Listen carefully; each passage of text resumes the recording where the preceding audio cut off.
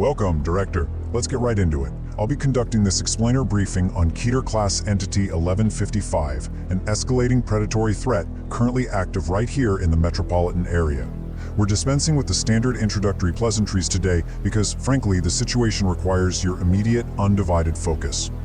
Today's briefing agenda covers the entity's visual profile, its anomalous attack patterns, a detailed breakdown of incidents 1155A and 1155B, and our recently revised containment protocols. A quick message. Accessing these archives requires Level 3 clearance. Ensure your credentials are up to date by hitting the subscribe button to stay informed on future containment breaches. Back to the video. Alright, Section 1, Entity Overview and Classification, starting with the visual profile. Now look at how mundane this threat initially appears. Item 1155 manifests as two-dimensional street art. It looks like a humanoid creature with sinewy forelimbs, claw-like hands, and the head and feathers of an owl. It always favors this crouched, predatory stance. But here's the deeply disturbing part. Its eyes actually appear to track the viewer, and it compels anyone who looks at it directly to approach. Victims consistently report a sort of nervous fascination, an intense, almost magnetic desire to move closer. Now, while this compulsion can be resisted with immense effort, especially if the subject has been pre-briefed on its anomalous properties, uninitiated civilians on the street, they are highly susceptible. So, why the Keter classification? Well, that stems directly from our absolute biggest containment challenge, the relocation event. SCP-1155 literally cannot be permanently contained by any known means. It undergoes spontaneous, anomalous spatial jumps, transferring itself to another urban surface. It could be 15 meters down the alley, or it could be 800 kilometers away. Historically, it does this entirely on its own every 2 to 4 months. When it jumps, Mobile Task Force Pi-1, the City Slickers, have to scramble to locate it before the general public does. Moving on to Section 2. Anomalous properties and attacks, specifically the 6-second sequence. Here's what happens when a subject approaches within 2 meters of the manifestation without being observed by a third party.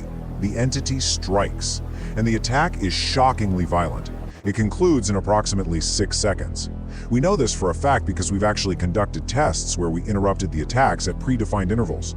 It follows a rigid, highly clinical pattern. Step 1, the victim is restrained. Step 2, their eyes and tongue are removed. Step 3, rapid amputation of the hands and feet. And finally, Step 4, total disembowelment.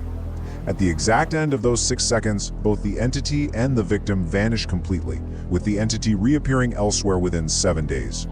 This incredibly clinical sequence leaves us with a massive blind spot in our intelligence. Where exactly are the victims taken after the attack? See, if the attack is interrupted by a third party walking by and making visual contact, the victim is left behind, usually dying from shock or rapid blood loss right there on the pavement. But if the sequence finishes, they're just gone. We've actually equipped test subjects with GPS tracking devices to figure this out. The result? Every single device has universally failed the second the attack concludes, leaving us with our most disturbing unknown variable. Now, understanding what provokes this entity to jump outside its normal 2 to 4 month window is absolutely crucial for containment. We know for sure that attempting to damage the wall it adheres to will instantly trigger a defensive relocation event.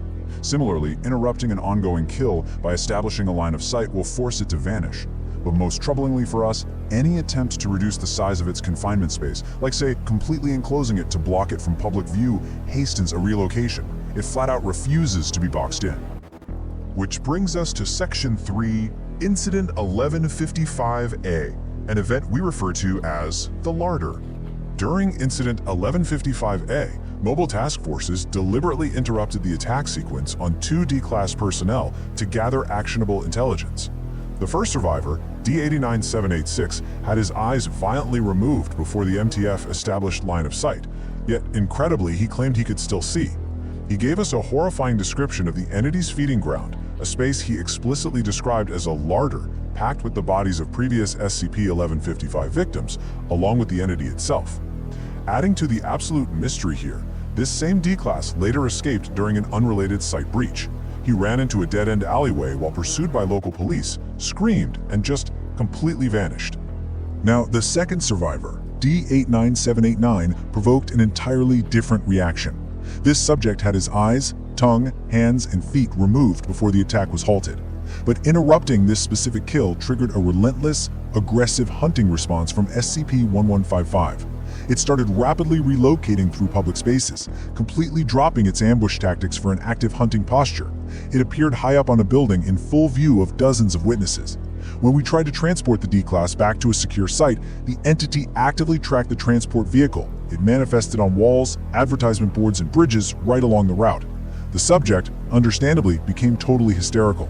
Ultimately, Site Command had to make a really grim tactical choice. They took the D-Class to the city limits, placed him right in front of SCP-1155, and deliberately broke visual contact. The entity took him, and only then did its behavior return to its baseline. It literally wouldn't stop until it finished its meal.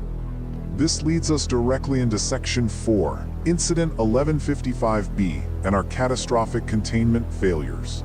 The entity's active exploitation of our own containment procedures culminated in the horrific events of Incident 1155B.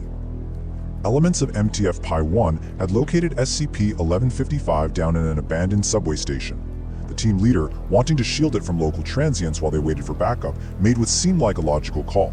They obscured the entity behind a large vending machine. But because the confinement space was reduced, SCP-1155 instantly displaced. And it didn't just jump to another dark, empty tunnel, it jumped directly into a highly populated children's playground. The fallout was absolutely catastrophic.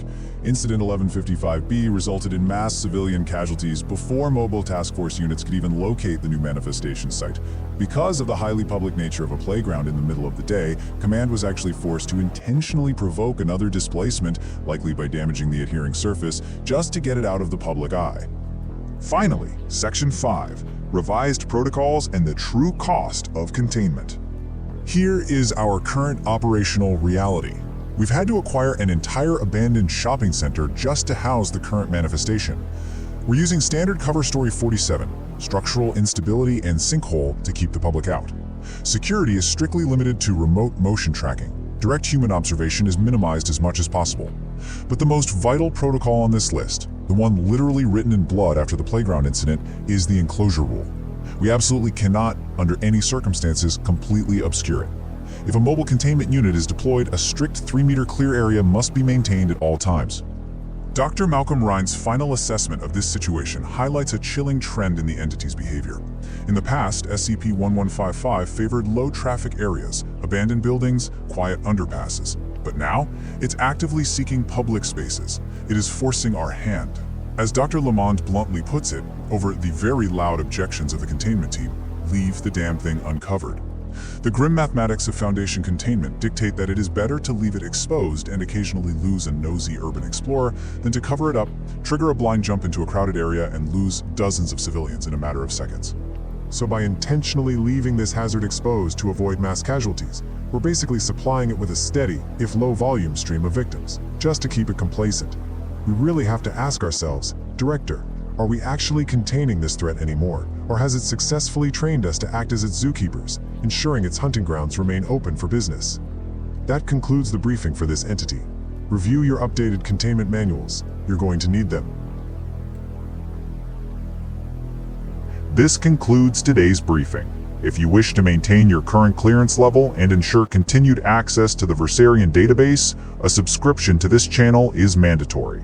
Secure your connection by leaving a like on this file, and log your requests in the comments section below to dictate which anomaly we unseal next. Stay vigilant and expect your next set of logs every day. Secure, contain, protect.